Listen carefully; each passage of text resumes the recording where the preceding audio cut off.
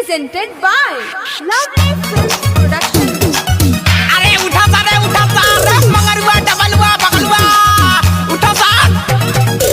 अरे साला जल्दी उठो सा रे अपना खेत के पाछड़ी दूसरा खेत में चल गइली सा रे फुटलिया रे साला मगरुआ रे साला उठा गाड़ी गिरा जा साले सुतो रहलो हम जातानी घेवड़ा खइया लो।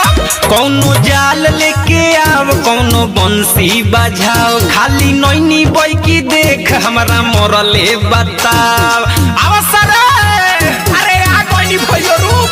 कौनो जाल लेके आव कौनो बंसी बजाओ खाली नैनी बोई की देख हमरा मोरले बताओ खाली उठो सा सबेर भइल बारे। अरे लिया कुदारी बाल्टी रे रजवा शंकरवा भोलवा उठा सा भर गए।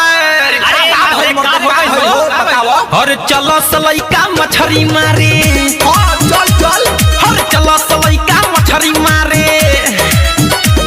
अरे चला सलैका मछरी मारे ले आवा सा लोटा थरिया बर्तन हड़िया चला सा चवरा के खेत में ओही जे खर धान कावल जाई आ मछरी पकावल जाई आ मस्त फर्स्ट क्लास मरचा के संगे पीस पीस के खाई जाई।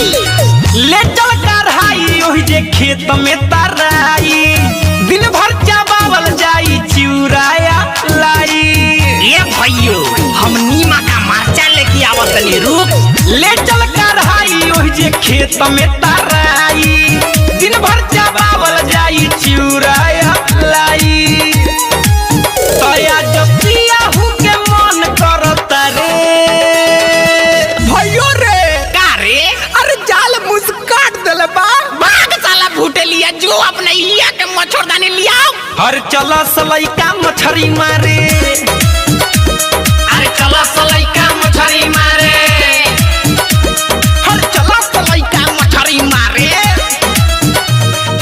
आप सुन रहे हैं अमित पटेल की आवाज में। अरे बाबू इतना मछली केने भाई सोरे पूरा गाँव के सहेज के ले जे आए। अरे काका मुस्कानवा के खेत में हो। Music by गौरव रोशन। चलो सब फेंकल जाओ गड़हा में जाल रे कहिया ले खाइल जाई सब्जिया दाल रे।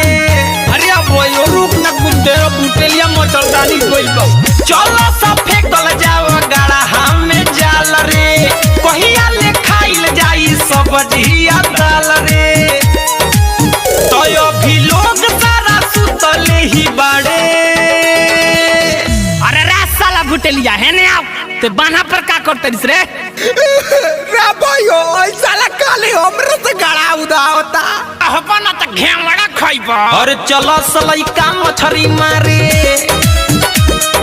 चलो सलैका मछरी मारे हर चलो सलैका मछरी मारे। कौनो जाल लेके आव कौनो बंसी बजाव खाली नैनी बोई की देख हमरा मोरले बताओ खाली उठो सा सबेर भइल बारे। भाइयो रे होय देखना गरई पकड़ ले बानी फूफ काढ़ता हो अच्छो तोर हो रे। अरे साला फेंक जल्दी साफ हो। हर चलो सलैका मछरी मारे चल हर चलो सलैका मछरी मारे।